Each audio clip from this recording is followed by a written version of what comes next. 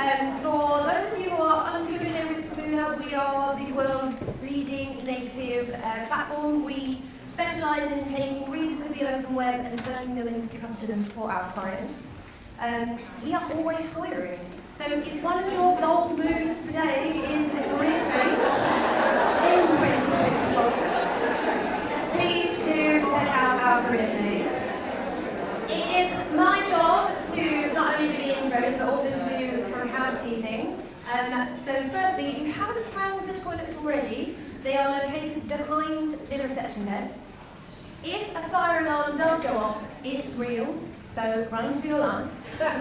Or exit quietly in a very coordinated manner. We are really proud to be able to host this, to be able to donate our space. It's one of our core pillars to support women as they grow in their careers and actually all the way through to being a member of our senior leadership team. Who happens to be in the building today? I'm joined by my very esteemed Chief People Officer, Christy, who is just going to say a few words. Hello everyone, welcome. I need to travel far away to attend these respective events. I came from New York, is where I'm based. To be honest, I just finished my vacation in Spain with my family, and now re-entering the workplace today. So what a great way to re-enter when meeting all beautiful, beautiful women. So at Taboola, I've been here for almost 5 years. And we have the call Taboola Her, which is our emerging employee resource groups that support women in work development and empowering women. We are also actively engaging with local communities, supporting women development, and I got to meet the people team, and they are also coming far away from Seattle to UK to expand their activities here, so I'm very excited to see what our speakers have to say today. And I read the bio, I kind of so impressed, and then when I talked to the people team, they're like, well, these are ordinary women doing extraordinary work. And I say, well, they are all super women in my heart. So I'm not going to stand between you and super women who's going to share stories with you. And we are always hiring, and we are always growing business. So while Fred is helping my team to find super talent, I'm helping her team here to find super advertisers, agency friends, publisher friends. Please reach out to us. She has a quota that she needs to meet. She's an extraordinary sales leader. Please let her be bold. Please borrow from her. Go ahead, enjoy. So just a quick couple of thank yous from the Taboola team. So thank you so much for choosing us to be able to host this wonderful event today. I have to thank my boss Dan Jins for coordinating this. He's somewhere in the room, being an advocate for being involved and putting up with all the women in his hands. I got you.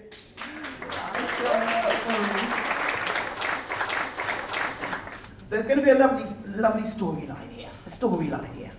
So she's going to start talking to us really about our investments and our pockets, and just see what she has to say and take her in there. Thank you. Well, good afternoon, everyone. It's an absolute pleasure to be here.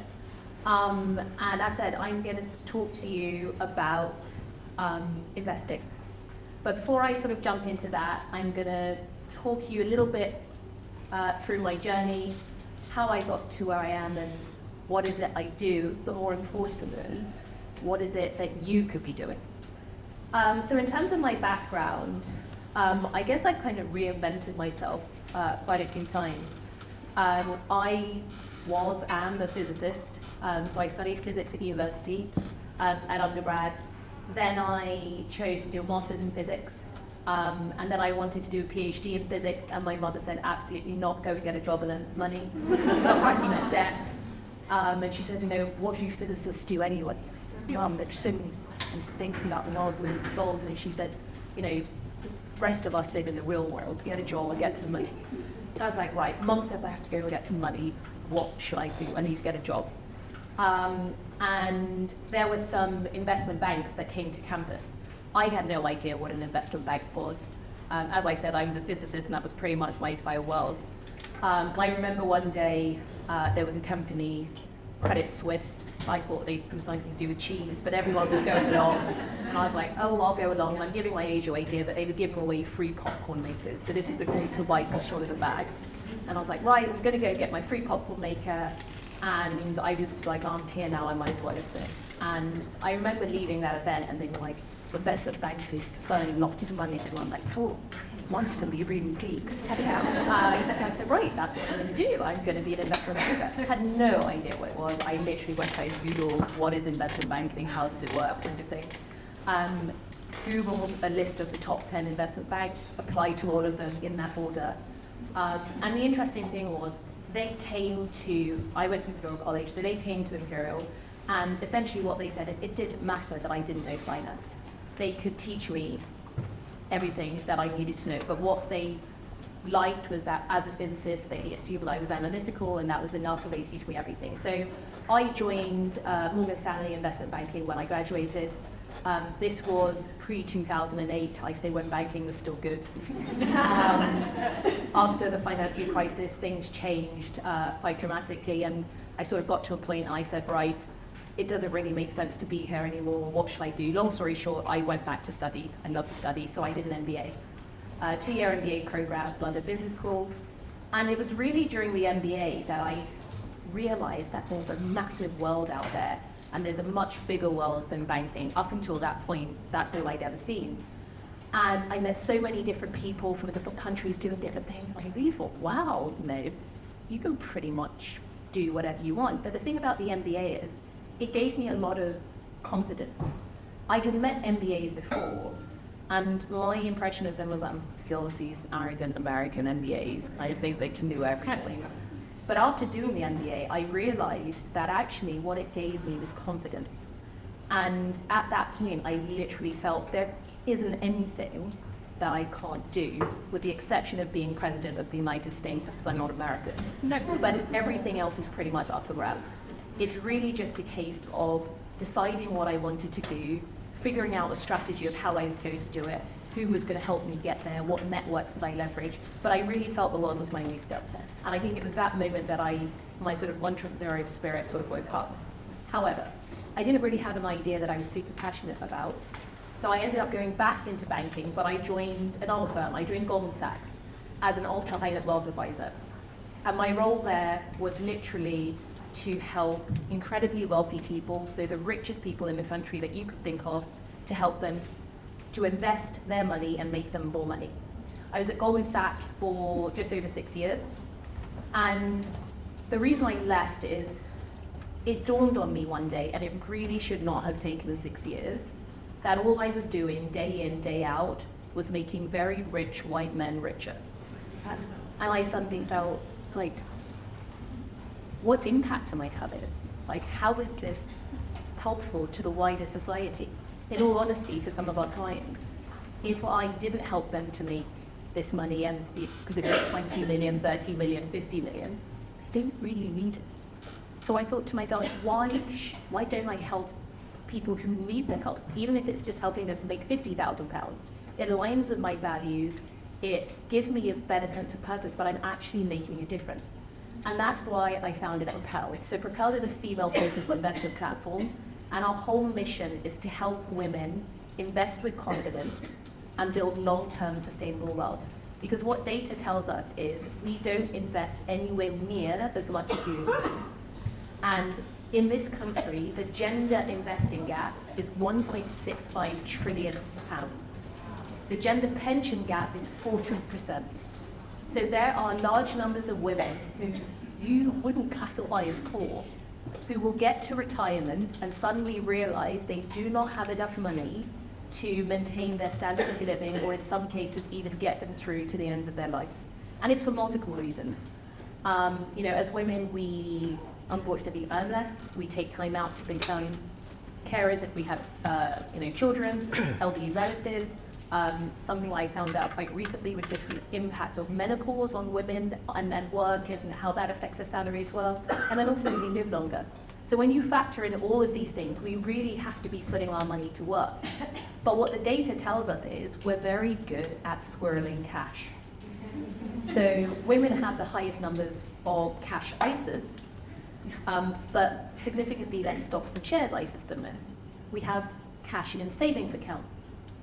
But generally speaking, you don't really, over a long period, earn enough on your cash. So even though you think you may be doing something with it and that it's working, it isn't enough. And what we found is that women don't engage with a lot of the investment platforms out there, and they tell us, do you know what, it's just, I don't know where to start. I go on, I'm overwhelmed. It's not very clear. I don't feel like I know enough. I don't know what I don't know, so therefore I don't do anything. They felt that it's a very male-dominated environment and that they couldn't really fit in. So I spent a lot of time working with women to really understand, why aren't you investing? What is it holding you back? And we built a platform to help women overcome all of those barriers, and to get women investing constantly and building long-term wealth. So that's what I'm currently doing today. And I say that one of the interesting things about my journey is that in order to start my business, well, I started it by bootstrapping, i.e. I put in some of my own money to get it going. And initially when I started, I sort of said to myself, right, I just want to, I left Goldman Sachs. I wasn't exactly sure exactly what Propel would look like. So I said, right, if I hire a conference room in a hotel, I'll just start sort of speaking to women about how I built my own wealth. Because ironically, despite the fact that I worked at Goldman Sachs, that is not how I built my wealth. You may think, oh, bankers earn lots of money and things like this, but they tend to have quite expensive lifestyles. And so they're not actually that rich. And just to put that into perspective, I said to one of my senior colleagues once when I was thinking of leaving Goldman, I'm like, you've been here 25 years. Why are you still here? Like, even he was going to tell me something that would inspire me to stay. He says, I have a wife that doesn't work, 3 kids in private schools and 2 mortgages. Where the hell am I supposed to go? One answer, you God. I like, I don't know. But what that sort of showed me was that I wanted to leave, and so as I said, I bootstrapped when I started, but in order to be able to scale, I needed to be able to raise investment. And I heard the statistics around women raising funding for their startups. I think it's something like 2% of VC funding, I think it was the decade up to 2020, 2021, only 2% of women received VC funding. For black women, it was even less. It was 0.02%. I'm quite a confident person, so I knew the stats. I sort of said to myself, oh, that's what me, I can do anything apart from be president of the United States. So I'm like, right, I'm going to go out and raise this money. It was a massive shock. I got meetings, so I think certain things in my background helped me get the meetings to open the door. But then I'm sitting across the table from men because they control the investment funds. And I had to explain to them why it made sense to build an investment platform, not for them. I was for all sorts of things. Oh, my wife doesn't do this. I manage the money, and why does that? And it was traumatic. And I don't use that word lightly. I remember speaking to my husband about it and saying, oh my goodness, if this is what fundraising is like, how the hell am I going to raise the money to build this platform? But I know I'm onto something. When I first started, it was, just a room in a hotel and speaking to women about how I built my own wealth through property investing, and then what I learned about helping my clients and build their wealth at Goldman Sachs. And initially I was like, right, if I get 100 women, in a room once a month, amazing. And the first month I did it, 100 women, and then the next month it was like 200 registered, and then in a couple of months it was several thousand. And I was like, oh my God, this is growing way faster than I thought. And then also women started to say to me at that point, well, these conversations are great, but we want to take action. So what do we do next? And that was sort of the light bulb moment for me. It's like, okay, community and conversation and education is absolutely essential, but women also need a platform where they can take action, a platform that resonates with them, where they can actually build wealth. So I said, right, then I need to build a multi-asset class investment platform. That's what I used to do at Goldman Sachs. I said, okay, I know how to do this, but I needed the money. And so just going back to what I was saying about fundraising, the first round that I raised, the first sort of top around was very difficult. I was going to a lot of people and getting sort of maybes, but no one was committing. And then I applied to Google for startups. And we got into Google for startups. Google gave us $100,000, and then there was a whole bunch of publicity. Within the next 2 weeks, my round was overfunded, predominantly by the people who were hovering around before. So what I learned was they were waiting for a name, a brand, something they recognize to sort of jump behind. And the other thing that I learned when it came to investing is that investors are sheep. They want other people to go first, and they all kind of play in. I'm literally closing another fundraise now. I have the docs from this list in my inbox, so I just need to get to it. This round has been so different. And I said to my team today, I'm really enjoying all this fundraise. And we're like, oh, it's not what you were saying before. You're saying it was absolutely horrendous. And I thought about it. This round is 90% female. I've been speaking to women. Women are committing to invest in Propel. And it has been a completely different experience for me. And I say one of the key things is, I no longer have to go into that meeting and explain why it's important to have an investment platform for women, because they pretty much get it. So it's just been a much easier journey for me. Now, one thing that I want to say about investing is, it doesn't matter what age you are. Clearly, the earlier you start, the better, but it is never too late. The benefit of investing is what's called compounding. So it's when you invest and then you make a return on your money, and then you invest that again. So you make a return on the return, and every year you make a return on the return on the return. So when you invest, your money actually grows exponentially. So the key thing is to start as soon as you possibly can. Einstein called compounding the eighth wonder of the world. I totally agree with it, not just because I'm a physicist, but it really is. It's incredible. If you play around with certain calculators and you look at, and it's not even investing huge sums. The key thing is little and often. But if you consistently commit to investing a certain amount every month or every 2 months or whatever you can afford, over 10 years, 5 years, 10 years, 20 years, it really builds up and makes a difference. And I know that particularly for younger generations, a lot of things really is about some instant gratification and we want things right now. Building long-term sustainable wealth isn't like that. You're not going to get rich quick, but it's about building for your future. And it's really important, and even if you don't necessarily see all the benefits now, I guarantee you your future self will thank you. I think one thing that I say is whenever you think of investing, you always have to have a long-term time horizon. And I say a minimum of at least 3 years. So when someone comes to me and sort of said, okay, I have this investment goal, I want to buy a house in sort of 2 years, I say, right, well that money for that house, that shouldn't be in your investment pot. Your investment pot is anything that's sort of 3 years plus. Ideally 5, but for a lot of people that's quite a long time to think about. So we sort of say 3 years plus. Any money you need for your life in less than 3 years, that shouldn't be in the investing pot, that should be in your savings pot. But any money beyond that needs to be in your investing pot. And what we find with women is most of the money is in the saving pot. So we really have to make an effort to think about it, think about what are our investment goals? What sort of time frame are you attaching to them? Does it make sense for you to have most of your money in cash if it is? How much can you start investing? And you can start investing with little amount. You can open an ISA with £1. At Propel, our focus is on both traditional investing and alternative investing. And what I mean by that is traditional investing is things like stocks and shares, mutual funds and things like this. That is really important if you're going to invest. You need to have that. That's kind of like your staple. So if you think of a salad, that's kind of like your leaf, be it spinach, lettuce, whatever it is. Alternative investing are other types of assets such as property or investing in startups and companies, investing in wine, investing in art. The things that are less traditional, but they tend to offer higher returns. They do come with higher levels of risk. But whenever you're thinking about a portfolio, it's important that you're thinking about risk-adjusted returns. So are you being compensated suitably for the risk that you're taking? But it's still really important to have those alternatives in your portfolio, but you wouldn't necessarily have them in as large amount as you would the traditional investments.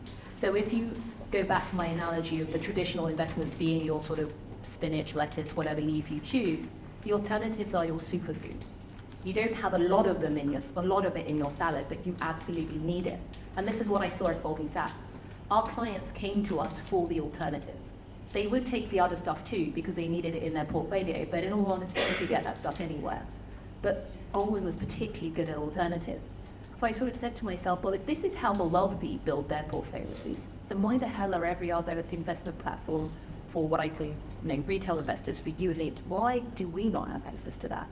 And as women, if there is a huge gender investing gap that we have to close, then we need to be getting every single pound of our money working as hard as possible. So we need those alternatives too.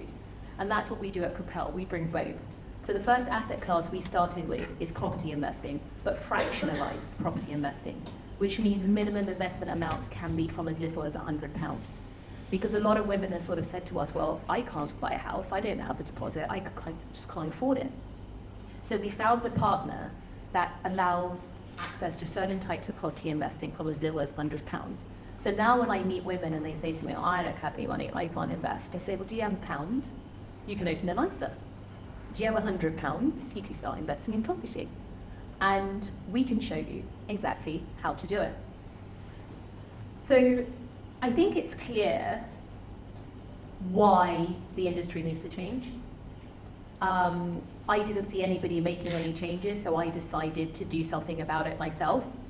So I guess one of the things I was asked to touch upon is sort of bold Ayesha of what am I doing about it. I saw a problem, no one else was fixing it, so I said, I'm going to go out there and fix it. I've never been a startup founder before. I was an institutionalized banker. But I was like, right, I can figure this out. I see a problem, it means something to me, I am going to do something about it. So if I'm going to leave you with sort of 2 action points, the first one I would say is, where is your pension? A lot of women sort of say to me, oh, I haven't started investing yet. Most people who are working, if you're not self-employed, you will have a work-based pension. Go and find it. Where is it? Who is the pension provider? How much is in it? How much are they predicting it's going to give you when you retire? Is it enough? The answer is no. I'd be very surprised if someone told me their pension is going to be enough. And what investment bucket are you in? You naturally go into the default. People aren't even aware that there are choices. The default is not suitable for most people, particularly if you are young. If you are young, you probably shouldn't be in the default.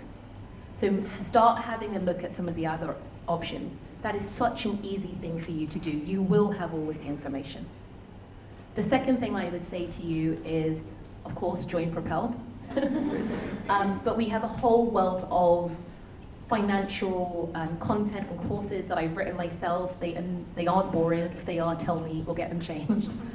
But also, we're a really big community. We have over 7,500 women within our community. We run events. Our whole mission is to make investing an everyday thing, to make it enjoyable, to make it fun. After all, we're building long-term worlds for ourselves so that we have freedom, so that we have choices, so that we don't have to stay in jobs we don't want to be in, we don't have to stay with partners we may not want to be with.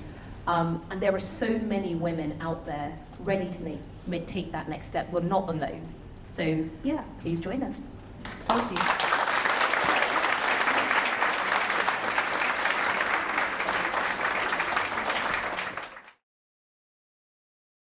Tomlinson.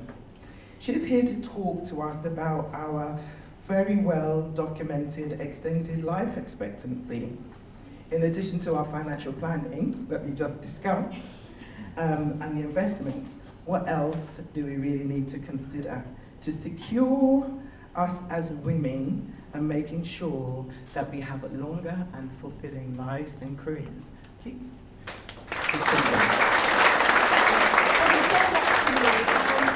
And thank you so much, wherever you are, for setting us up. What a story. And such an important message there. So I'm going to start with asking, the 100-year life. Who's heard that phrase? Could number it you? Cool, but have you actually thought about what does that mean for me? And what I want to talk about is, what does that 100-year life mean for society and what's it doing for you. The phrase was coined by two academics, Professors Linda Bratton and Andy Scott, who have written a best-selling million books they've sold now around the world, talking about the 100-year life. It's extremely popular, but actually very few people are really doing much about what is going to change because we're living longer. The World Economic Forum says that half the people born today are going to live, let's think about this, not just 100 years old, but 105 years old. That's a lot, isn't it? At the same time, you've got a declining birth rate, I'm sure we've worked out about that, and we've got an aging population. So nearly half the workforce is going to be aged over 50 by 2030. That's just 6 years from now. What is it doing about all of this? If you get your pension at 67, this means that you're going to be probably retired for longer than you worked. Now, looking around, all look very young to me. Now, I'm guessing we've got quite a few people who might have 30 years. Imagine what that means. So just imagine the life that you've spent so far. You're going to have all of that time. What have you achieved in that already? All of that time ahead of you as you're retired. So what to tell it, isn't it? And does that horrify you? Or does it excite you? Well, I'm excited. I'm 68, and I've got plans for the next 20 or 30 years. I'm certainly not going to retire, I'll tell you that. And I think we're such lucky people to have a really exciting time ahead. But there are a few problems with it. And first of all, where on earth did this concept of retirement come from? It was Otto von Bismarck, who was a German chancellor, in 1880. He introduced a pension for a universal pension, the first one, for everybody who was aged over 70. At that time, the average life expectancy, the average age for most people alive, was just 40 years. That's 40 years pension at 70. Now, on average, age when we die is 82 years old. So we've got a real problem because, frankly, everybody's retiring far too young. Partly because of what Ayesha said about money, but also because this is full of opportunity, and frankly, the worst thing one could do is to retire, as far as I'm concerned. So, I'm just tell you a bit about my background. Frankly, I'm nothing special, and I've had a chronic illness since I was 19. I'm not going to discuss it, I sort of need today. So, my background was, I started my career in aerospace. I then used to sell fighter jets around the world for what's done pretty well. I then went on to the London leadership team for EY at the age of 32. I then was lucky enough to find somebody to marry me and have a wonderful family. At the same time, I started a business at the age of 35, and that was a PR comms business. Fast forward, and I had a lovely family. My lovely daughter, one of my daughters, is here today. I don't know where she is, but thank you for coming and saying. And fast forward, and what I want to do is just talk about what do we expect people to be doing at what ages, and what could and should we be doing. Well, they should, but yeah, there is a should. So, at the age of 52, I'm in a comms business. I could see the start of social media happening then. And I decided actually this is going to be really important. There were no courses around using at that time, and I had to go and I bought a whole pile of World Holidays out there on search engine optimization, because I needed to understand what is all of this, how does it work, what's going on in the world. By the age of 57, it was just after that wretched financial crash, I could not get a PR business really sailing anymore in this country. So I went out to Dubai, I opened an office there, and for the next 6 years, I worked between Dubai and the UK. I also was asked to become one of the BBC's expert women because they were recognising at last there weren't enough female voices on the news and in commentary. So I started appearing on TV, radio, online, and that sort of thing. Got to the age of 62, and I started seeing a lot of my peers retiring, and they had absolutely no idea what they were going to do. In fairness, a lot of them were written men, but there were women there too. And I decided to start Next Up. And I started helping people use their skills in new ways once they sort of reached 50 and empowerment and things. Luckily, I was married to a wonderful Yorkshireman who told me to squirrel money away, because to be honest, when I was in London, I had a great time and I used to spend all the night out. And I always reckoned somehow or other I'll sort out this in somewhere, I'll earn more, get a promotion, it'll sort out. Luckily, he taught me the value of money and how to do that. So I had money squirreled away, and I had heard horrific stories about women trying to raise investment and decided, frankly, I'm too old to be treated like the shit, I'm sorry, but the shit that most investors treat women. I have got too many friends. I thought I just can't be asked going through that. So luckily I had enough with this bootstrapping, and maybe I'm not flying the way we should do, but I'm having a good time with it. So last year then, age 67, I became a tech entrepreneur.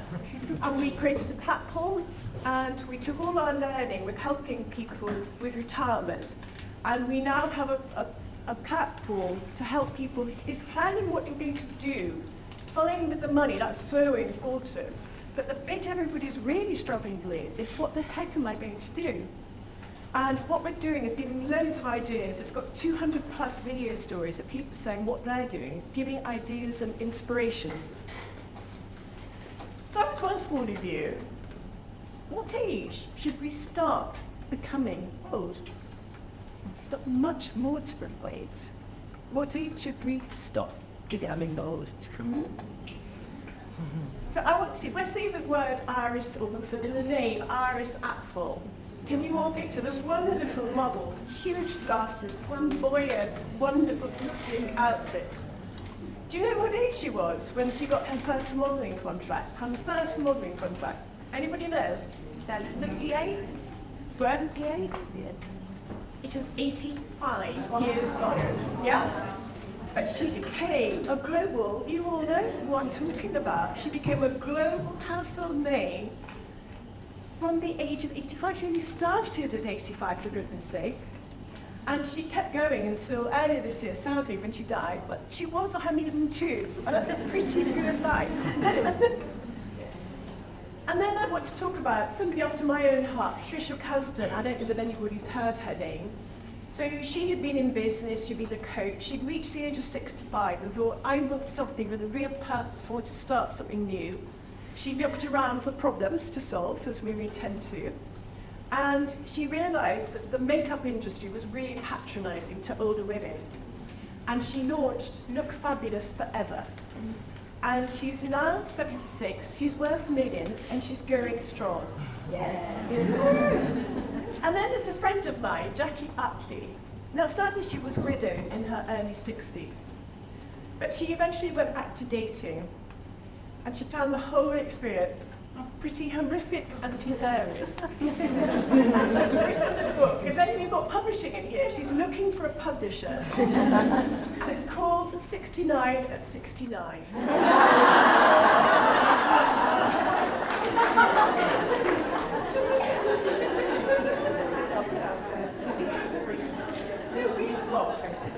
All these women doing amazing things in what you think was old age. When you say old age, do we imagine people like Alice and Jackie and Trisha and whoever?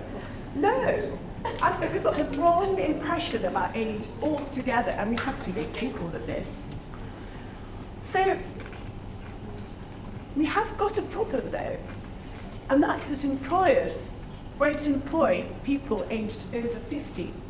I don't know whether you've come across this.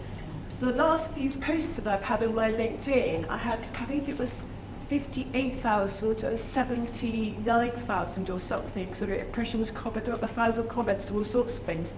This is a real issue, and at the beginning, I didn't really totally believe it, if I'm honest, but the more I'm sort of campaigning on this, there's no question. We have 1 million people aged over 50 in this country who want to work, and they cannot get a job. It's absolutely ludicrous. Just think what the heck we're doing to society and country. And we're going to say we have a skills crisis. What on earth is going on?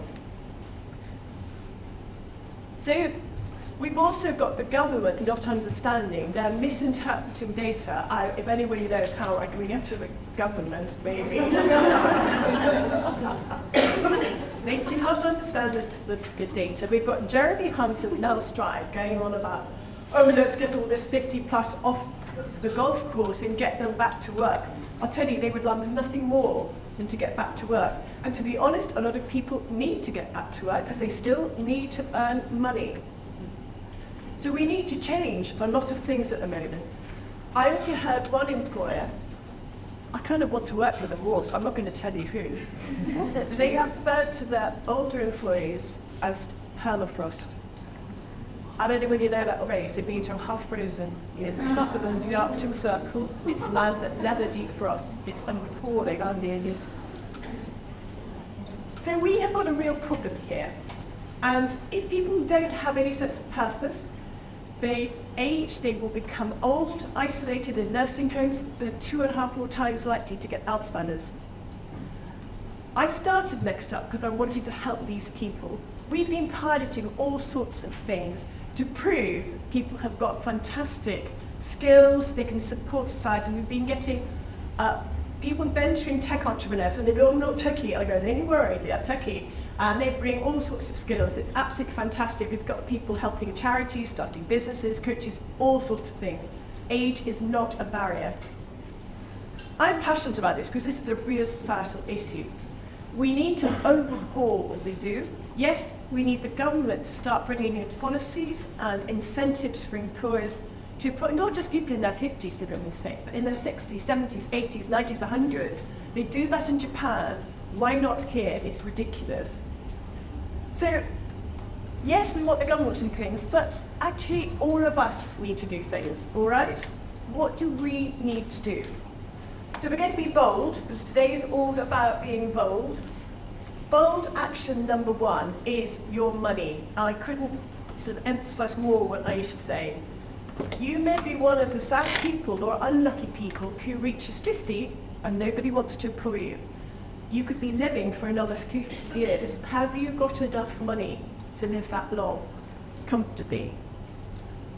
Number 2, it's never too early to start thinking about, I don't say Taboola because that's a foreign word, but what am I going to do for the next 50, 60, 70 years? I was seeing people who left too late in the way to start thinking and planning.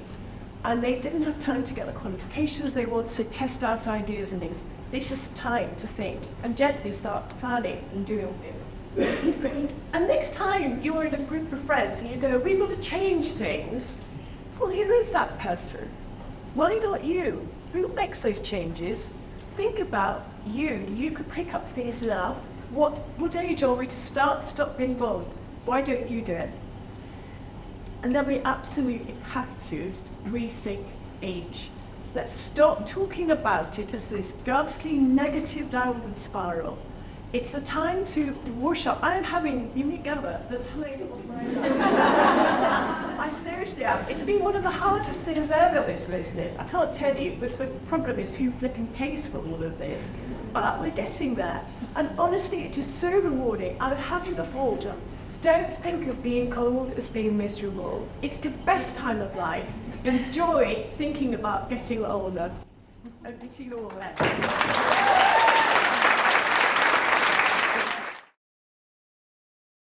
Helen Tomlinson. She's going to be talking to GP Nadira Awal, and they'll walk us through the intergenerational impacts of our hormonal journey. And they're going to be talking about the jobs to be done from a governmental, employment, medical industry and professional perspective. Then we're going to have part 2, where Helen is going to speak to the lovely Lucy Daramola, and she's going to tell us her story, a very courageous story, about how to control and manage the impacts of her invisible condition, and how she's done that from the home to the workplace and beyond. So if I can first ask Helen and Nadira to come and take their seats.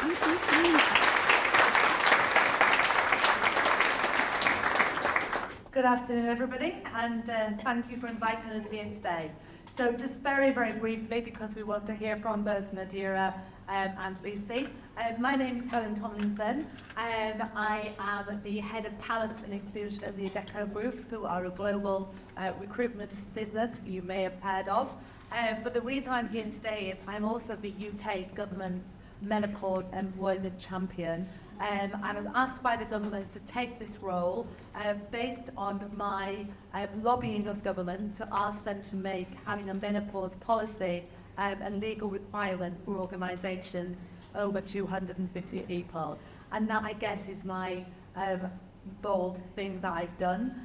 In hindsight, it was out of character. I just decided, we launched our policy at the Adecco Group, and I thought, you know what, I'm going to start making a stand for this because I could see the impact that not only on me,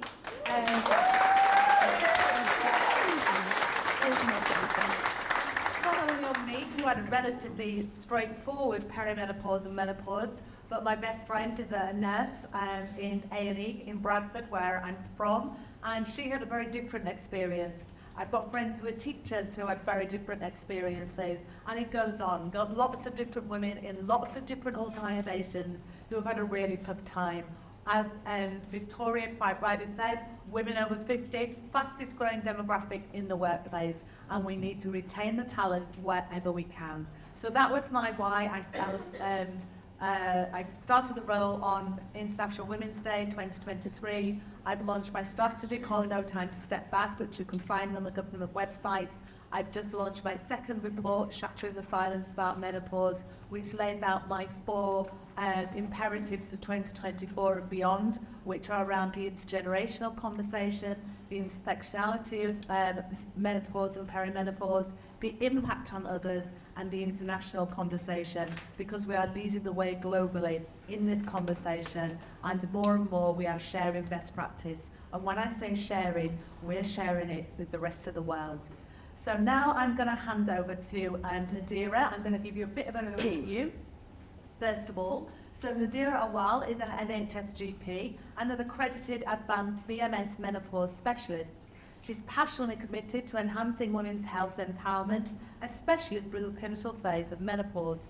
With over 12 years of experience in women's health, Nadira has been deeply influenced by the profound effects of menopause on numerous women, which has driven her to excel in this speciality.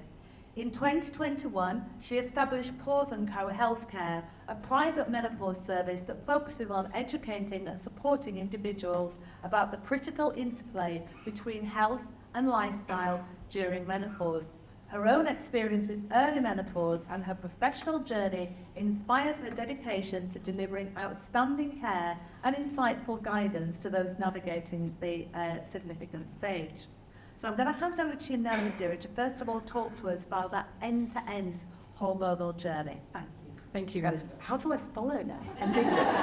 Mere impossible. So, thank you, Helen, for the lovely introduction. I'm glad that you got my email. So, Leather the cop west side. So I can see that most of you are quite young. So I've got the challenge of trying to tell you about hormone health from birth till death. Great. All in the space of 10 minutes. So are you ready for the whistle-stop tour? Who here went through puberty? Right. Who here went through a shitty puberty? Right. Who here had acne, spots, hormonal, being horrible to your parents? Amazing. Guess what? That's your hormones. Okay? So, in women, people who are born female, your ovaries are not fully formed yet. Okay, sorry, Helen, I'm standing up. But we know we're supposed to be sitting down in school. I'm not really listening to the Asian thing. I'm a bit of a rebel, as you can probably tell. So your ovaries aren't fully formed, okay? In the men, testicles aren't fully formed, so hormones change, okay? I can appreciate there are some men in the room here that unfortunately my notes here are dedicated to women. So, ovaries aren't fully formed, so it means the brain doesn't talk to the ovaries properly, and guess what? The brain doesn't like change, so the hormones go up and down, really fluctuate. So when you're really nice, that's when your ovaries are working, you're producing your estrogen, you're lovely. And then you're a little shit. And that's because your hormones drop down dramatically. And then 2 seconds later, you don't even have a clue why you're upset, and you're back to being happy and happy-go-lucky again. That's puberty. That lasts probably around 5 to 6 years, sometimes a bit longer. I know my 10-year-old, she's a real little monkey, and I'm definitely getting door slamming. I love you, mummy, I hate you, not I've got to come. When she wants something, it's I love you, mummy, I'm like, yeah, I know it's complex, okay? So puberty happens. So your ovaries aren't fully formed, okay? We can't change this. We can't accelerate the growth of the ovaries. Our sex hormones are there for a reason. They're there to help, basically, produce our reproductive organs. They're there to basically, for us to repopulate the earth. That's what the reproductive organs are there for, okay? We develop our breasts, we develop our ovaries, we're there to produce babies, we're there to carry on this earth, and that's what puberty is all about. Then things start to level off. Okay, sorry men, but who's had awful periods? Anyone? Yeah? Okay, do you reckon, okay, pads or tampons, you don't need to put your hands up, okay? But if you're changing your pads more than 6 times a day, do you think that's normal? Look down. Yeah. Like it.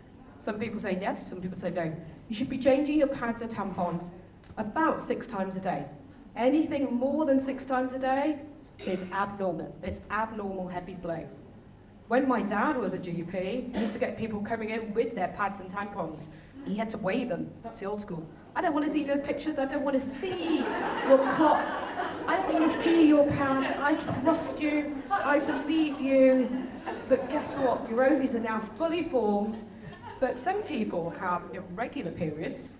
So they may have polycystic ovaries, they may have endometriosis, they may have adenomyosis. These are a few of the causes, so you've got fibroids as well, a few of the causes of heavy menstrual bleeding.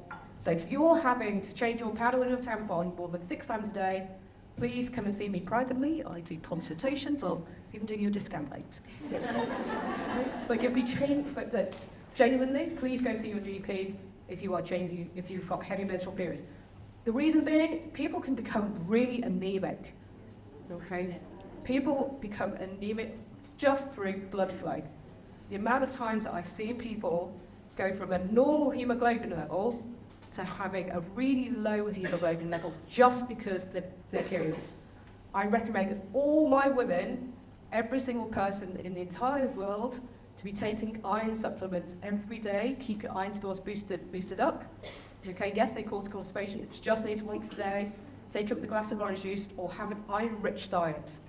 Okay, that means lots of liver.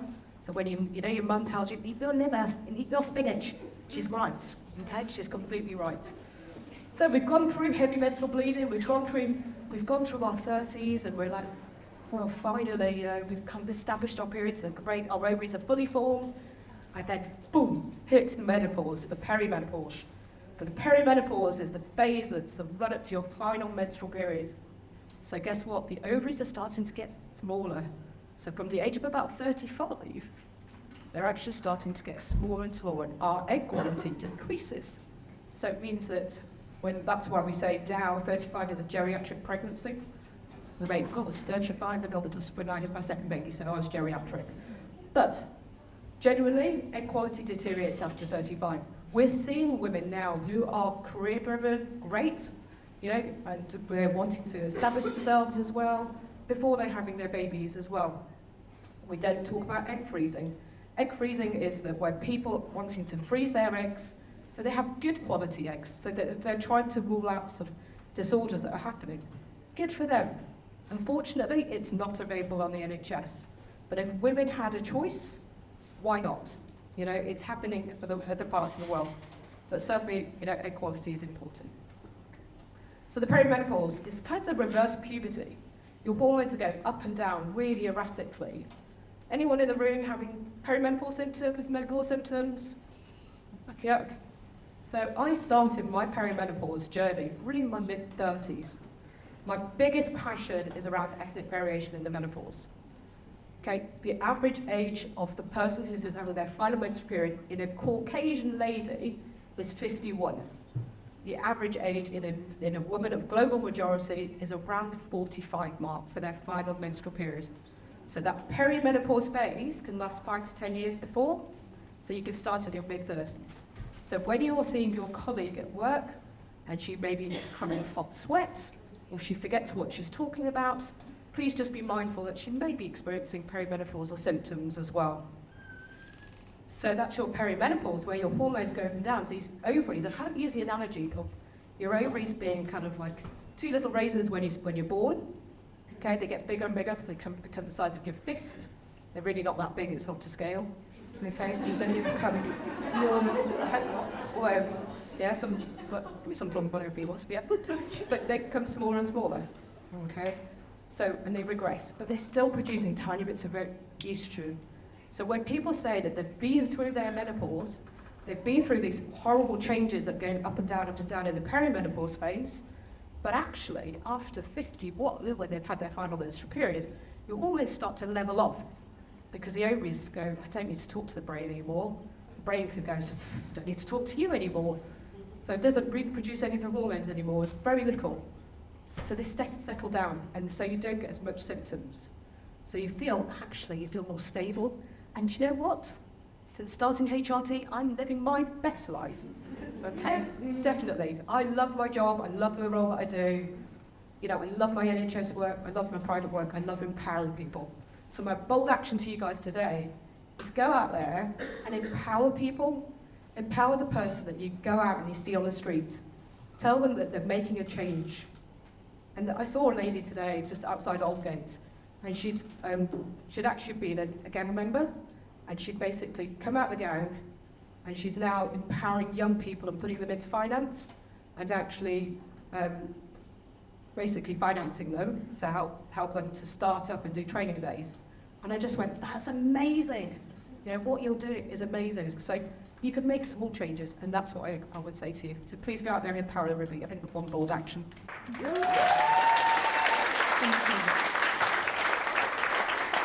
Thank you very much indeed for saying that whistle-stop power of the hormonal journey with us. I've seen Nadira do that several times in much longer periods of time as well, so I've picked a full word there, thank you.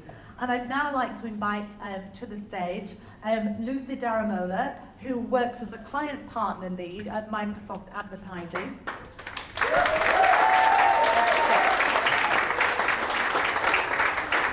Lucy has over 16 years of experience in the media and advertising industry, delivering value for a wide range of globally renowned brands. Lucy has been a key player of Soho House's Global Inclusivity Board, and she's currently mentors young people, volunteers her time at primary schools in Newark, where she's from, and serves as a Soho House committee member. She's a passionate diversity and inclusion campaigner, a lupus warrior, and a first-time mum. So welcome, Lucy. So first of all, I'm going to ask you to talk through your early career aspirations and explain how you've managed full-time work and living with chronic invisible conditions. Thank you, and thank you everyone for the message. I feel like a little celebrity up here, it was great. So first of all, I will say that I was extremely intentional from a very young age. I've always wanted to work in media and advertising, and I would say from the age of about 18, I started making those step changes to ensure that I could get into that industry. Now, I achieved great A-levels. I was under immense amount of pressure from my tutors that you need to go to university, and all of my peers were going off to uni. They were like, I'm going to be independent, this is going to be great. But I just didn't want to do it. I felt like I needed hands-on experience. I basically just told them no, which sounds, looking back now, my dad's Nigerian, and education in a Nigerian household is extremely important. And he just kind of looked at me like, we failed here. This is not great. Lucy should be going to university, but I was hell-wise, I'm like, no, I want to get hands-on experience. I felt like I could probably do more with work experience, so I did just that. I didn't go to uni, dived in headfirst to looking for a role, and failed miserably. I applied for probably over 100 roles. I was told no.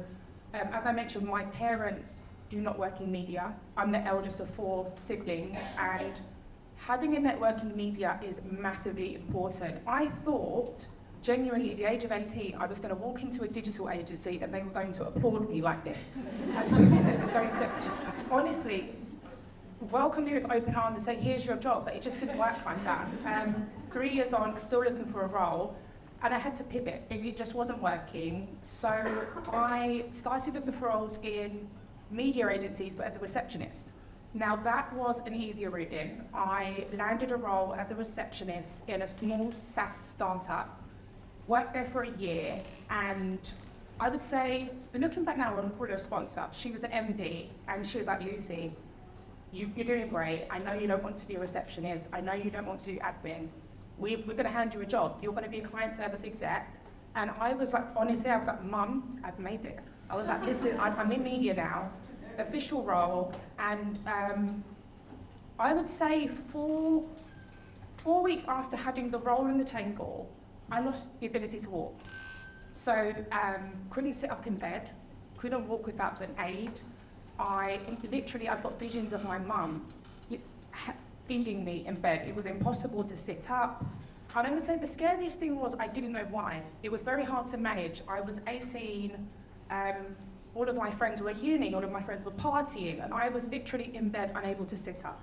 So very fortunate, I had private healthcare, and I looked for a diagnosis. Within, I would say, probably 4 to 6 weeks, went to the group of specialists. I remember the meeting like it was yesterday. My mum was here, my sister was there, and they said, Lucy, don't worry, we know what it is. And you're just like, oh my God, they're going to tell me I'm going to die.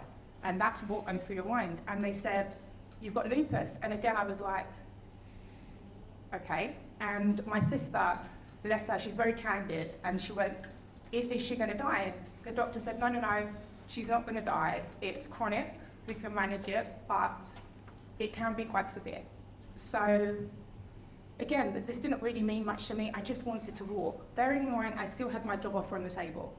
So I received a phone call from my employer, and I truly believe at the time they probably had my best interests at heart, but it didn't feel like that. I received a call saying, Lucy, we know what this period is for you. Why don't we retract the offer?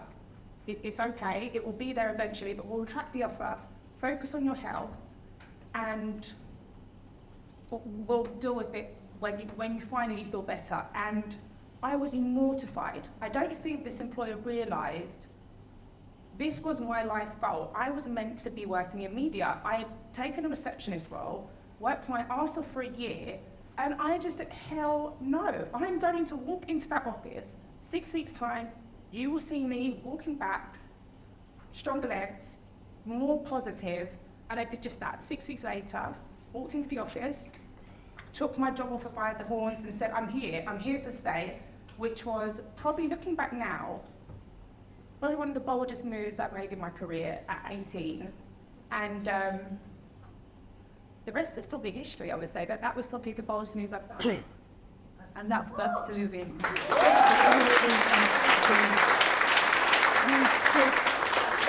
I could say that's a while ago when you were 18 and you took that job. So over the years, the intervening years, what adjustments or what support has your employer had to give you to allow you to be able to thrive in the workplace?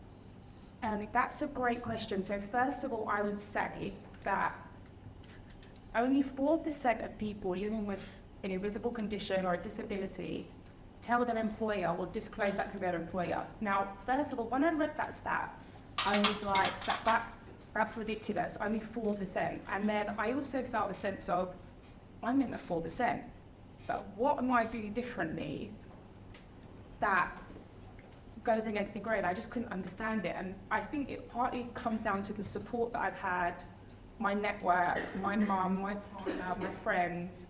I've also been team driven.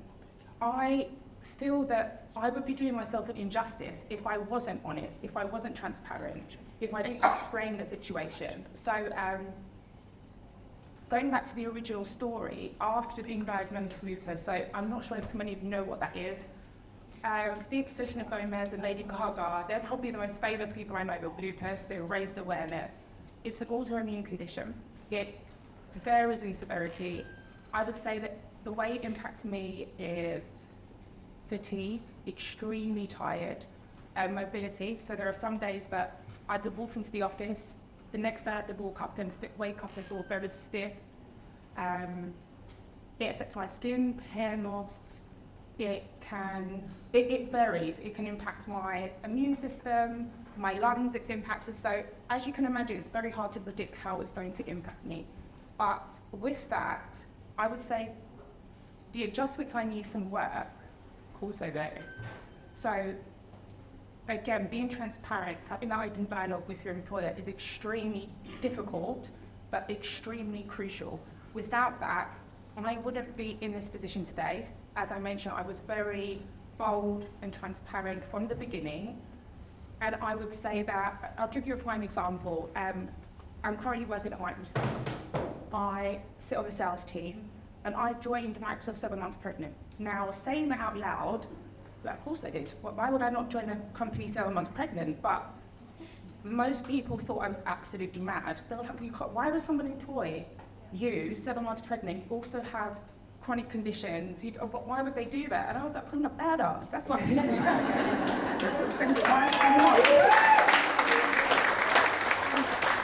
Not to blow smoke up my own arse, but genuinely, this has been such a difficult journey. There are days where I wake up and I'm like, I cannot do this. There are also days that I wake up and I'm like, I can do anything. So it's not been easy. It's taken years to get to this position. And I would just say, command what you need in order to thrive. I asked for working from home desk space. Way before COVID, working from home wasn't even considered, it wasn't even encouraged. I have always built in that contract, so I feel that having a contract definitely protects you. So I've asked for working from home 1 day a week. Coming back from maternity leave with Microsoft, I also asked for a condensed working week. So I feel that, again, just be transparent. I asked my manager, I need to work Monday to Thursday in order to manage my fatigue. I also need to manage my health condition, but also my childcare. I've got a 2-year-old daughter. I also want to be visible for her. And they were reasonable requests. I wasn't asking for anything that wouldn't enable you to drive value for the organisation. I think they saw that. You have to be confident in your abilities and your skill. They won't give you these adjustments just because, but you have to be driving value. You have to know your worth. So it's a balance between both. Excellent, thank you very much. And I think the first thing we should say, move over Selena Gomez. I know we have Lucy Daramola. However, I'd like to ask you to share with us you've asked for 2 bold actions. Yes. So go ahead and tell us your bold actions, Lucy. So I would say to everyone in the audience, think of one aspirational person, someone that motivates you, that isn't currently in your network. Be sincere, be genuine. Reach out to them and ask them for a coffee. First of all, be genuine with why you're reaching out to them. So just, if you admire how they speak, if you admire how they cleaned up the room, if you admire whatever that might be genuine and sincere, because I get messages on LinkedIn all the time, people asking for coffee. Depending on how they've crafted the message, you can really see through it. So be genuine, ask for that time. It's quite a bold move. You might be told no, who cares? It doesn't matter. It doesn't matter, just go out and do that. And I would say the second one is a little bit difficult. It takes more time, but I would strongly recommend anyone here, it doesn't matter if you're working, it doesn't matter if you're a stay-at-home mum, think long and hard about one adjustment that would make your life more comfortable. That might be, I need a longer lunch break to go to the gym. It could be, I can't work on Fridays because I need to look after my child. It could be as simple as, I need my partner to look after my child for an hour so I can do a face mask. Whatever that adjustment will be, it needs to make you feel more comfortable in the way you live your life. Think long and hard about it and put a plan in place. Don't go out willy-nilly and just ask for the adjustment. It needs to be strategic, it needs to be measured. Put that plan in place and work towards it. Thank you, that's fantastic advice. I think it's been an absolute pleasure.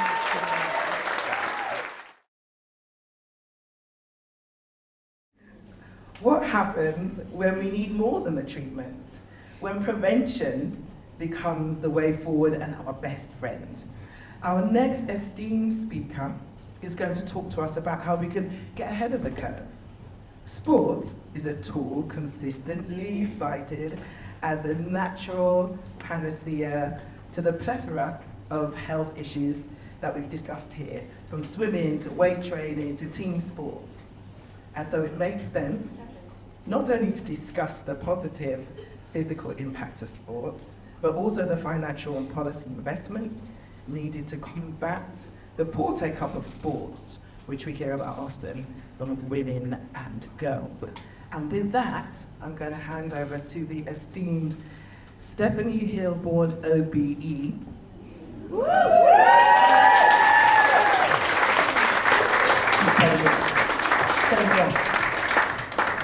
People tell you off when you tell them that, when you say that. I thought I've got a microphone now. Really great to be here and to listen to you wonderful women, honestly. It's just, I met some brilliant women at a cricket match, it's my job, right? Who I said something like, we're going to do some research into later life. I said, later life. So I thought that was actually quite a nice way of saying old people or whatever. She said, wiser life, Stephanie, wiser life. And I have never said anything but wiser life since, and I loved the expression. You just think it's wonderful. And I think, you know, I'm going to ramble slightly because after those, what do you meant to say already? But what I feel, I'm 56. I've had great fun with my periods. So pleased it's stopped. I actually should have had something on my scene when I woke up saying, you don't have periods anymore, so I could just go, yes, like this. Nearly bled to death. Anyway, there we go. So I'm 56, and what I'm finding, I've been in the charity world all my career. What I find is I'm wiser, had slightly less energy, but we just slightly. But that's my fault, because I'm probably not doing enough sport. But I'm wiser, and you know you've got more to give. You know you've got more wisdom to offer, and frankly, not enough if you're interested in it, which is the stuff you were talking about. So it's very interesting. Right, quickly. So why am I here? And mostly because Holly suggested I should be here. I'm working for a charity called Women in Sport, which has been around for 40 years. It was founded in this country 10 years after Billie Jean King had set up the Sport Foundation in the States. She was obviously an extraordinary campaigner for women's rights to play sport. The word sports switches off a lot on me. Not least women of my age who were tortured by being put in really horrible toweling grey knickers and told to do extraordinary things in humiliating ways. But actually, the word actually connects to freedom from responsibility. If you look at its etymological origin, it's about having fun. And that's basically why women and girls have never been allowed to do it. Because the reality is that from the moment we're born, we are inculcated with stereotype, which is you were there to look after everyone else. It doesn't matter if you're the young one, you are there to be kind to other people because their needs trump your needs. Your needs basically don't matter. And so if you want to have fun, that doesn't really matter because your brother wants to have fun, so your job is to make sure he can have more fun.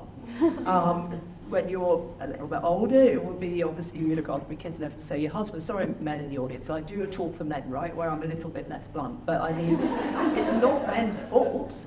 Well, not the internet here. But the bottom line is we all do this, women and men, we stereotype our children because we've been stereotyped. So, you know, I've had a girl, I've had a boy. I'm very lucky, they're gorgeous and lovely, and I wish my daughter was here. Because I suddenly realised she might be around the corner, but anyway, I'm not telling her I'm silly.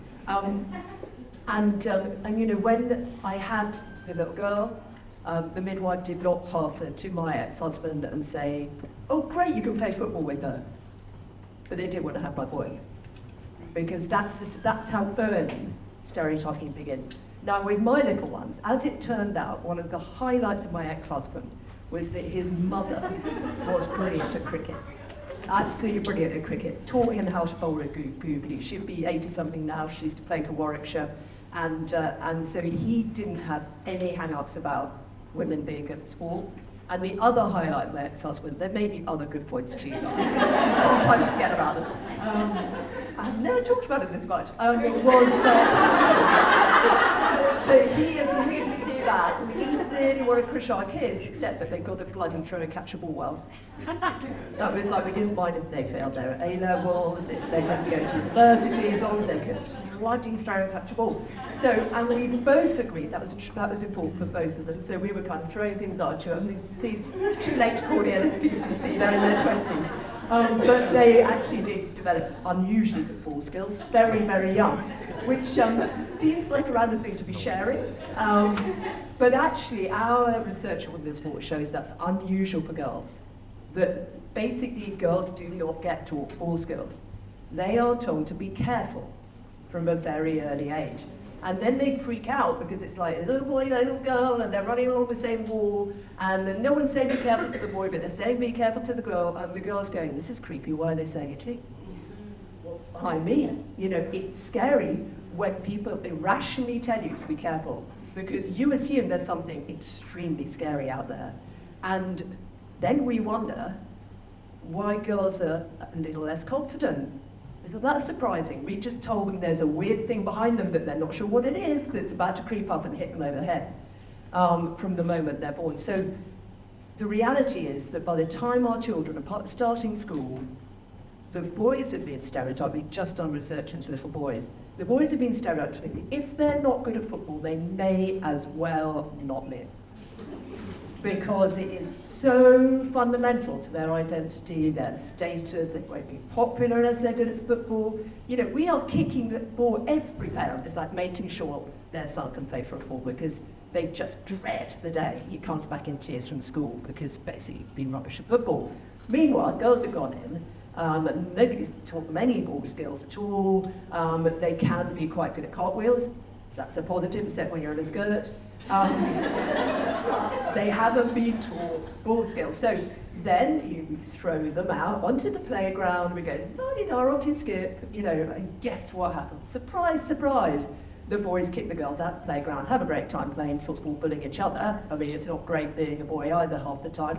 But the girls end up standing around at the edge, not being active, knowing, not just thinking, but knowing they don't belong on that playground, or playing sport, or being active, because they've been put in stupid shoes they can't run in anyway. They're in some ridiculous skirt that they can't really run in. They're really self-conscious about the stupid tights that are falling down and putting them up. And, this is the reality. And so they're forced to talk to the girlfriends. Didn't really ever want to talk to them. They just wanted to be active because we're little, middle-sized mammals. We are DNA. I wasn't the environment, so forgive my creepy talking about us as a wildlife species, but our DNA is designed for us to be active, outside, in a group. That's what makes us feel unstressed. When we are isolated on our own or inside all the time, we are stressed, which contributes to autoimmune disorders. And yet we are torturing our little girls by telling them, by constraining them from almost the moment they're born. We are making their world smaller. And then we're saying, right, we're going to really help you with your confidence. And it's like, funnily enough, I was not born underconfident. I didn't come out of my mother and go, oh, that's really embarrassing. Look at all this time all over me. It was no, we weren't born underconfident. We do this to ourselves. It's shocking. It's cruel. You've got to stop it. By the time girls leave primary school, their self-belief and their sporting ability is halved, and it wasn't from a high level. And then they go into secondary school, and guess what? We go through female puberty. Now, puberty's not great for boys, either emotionally or they go madly. My son just hit this from 23 or 4 years. But physically, it's great. He suddenly became easy, big enough to become a sister. He was like now 6'4", strapping man. He didn't have to deal with sports scars or not having one, and therefore having breast pain, which almost all girls go through, because sports bras are not on most PE kits list, and if they were, most of them couldn't afford one. They didn't have to deal with periods and sport periods. 70% of girls won't play sport on their period. That doesn't change for sporty girls and unsporty girls. Even sporty girls boy sport in their period. We don't help them at all. We don't really tell girls about what periods are at school, let alone how to manage them at sport. So it's got to get better, this story. Okay, it's getting a bit miserable now. And I haven't even down. Okay, so So these are some of the sort of fundamental childhood things. I've been with my mother this morning, she's 93, and I, for the first time in my life, reflected on the fact that my little story of my sporting life is that I have a lovely, lovely dad who taught me to play badminton extremely, unusually well for a 10-year-old. And, you know, this was something I was very proud about. And when I look back, my mum could play tennis. I never saw her play tennis, because guess why? She was working as a social worker, cooking, washing, feeding everybody, looking after one parent after another. She had my grandmother and my grandfather living with us. So she wasn't going to be taking me out to play tennis. And I've just realised that's a loss. I never played tennis with my mother. It was the only sport she could play. She was a bit cack-handed at everything else. She was meant to be good at tennis. And I never had that opportunity. And one of the things that Women in Sport, we champion every October, is mothers and daughters playing sport together, because that's something that fathers and sons always traditionally have done. And what a joy that is. And when I've taken my lovely, amazing daughter, who was very good at netball, and I won't go on about why it's still a bit more shit to her than my son, who was good at football, but it was. But when I go to a netball with her, when I go watch the netball with her, it's amazing, it's so bonding. You know, she's totally into it, because she actually understands the sport. Not with her boyfriend saying, why are you into this? Guess what? I was never allowed to play football. I don't understand what offside is. You're stupid. It's like she loves netball. So we need, I would say, if there's one thing you do, if you've still got a mother around, do something with her that's actually fun. Do some sport with her. Take her out somewhere, because one of the other things we do with Time Together is look at it from the middle age in. So we've done research into midlife women. Obviously, nearly all midlife women know it would be good to be doing more exercise. Most is usually time-deprived. Everyone has been taught that their needs don't matter, but that people allow them to be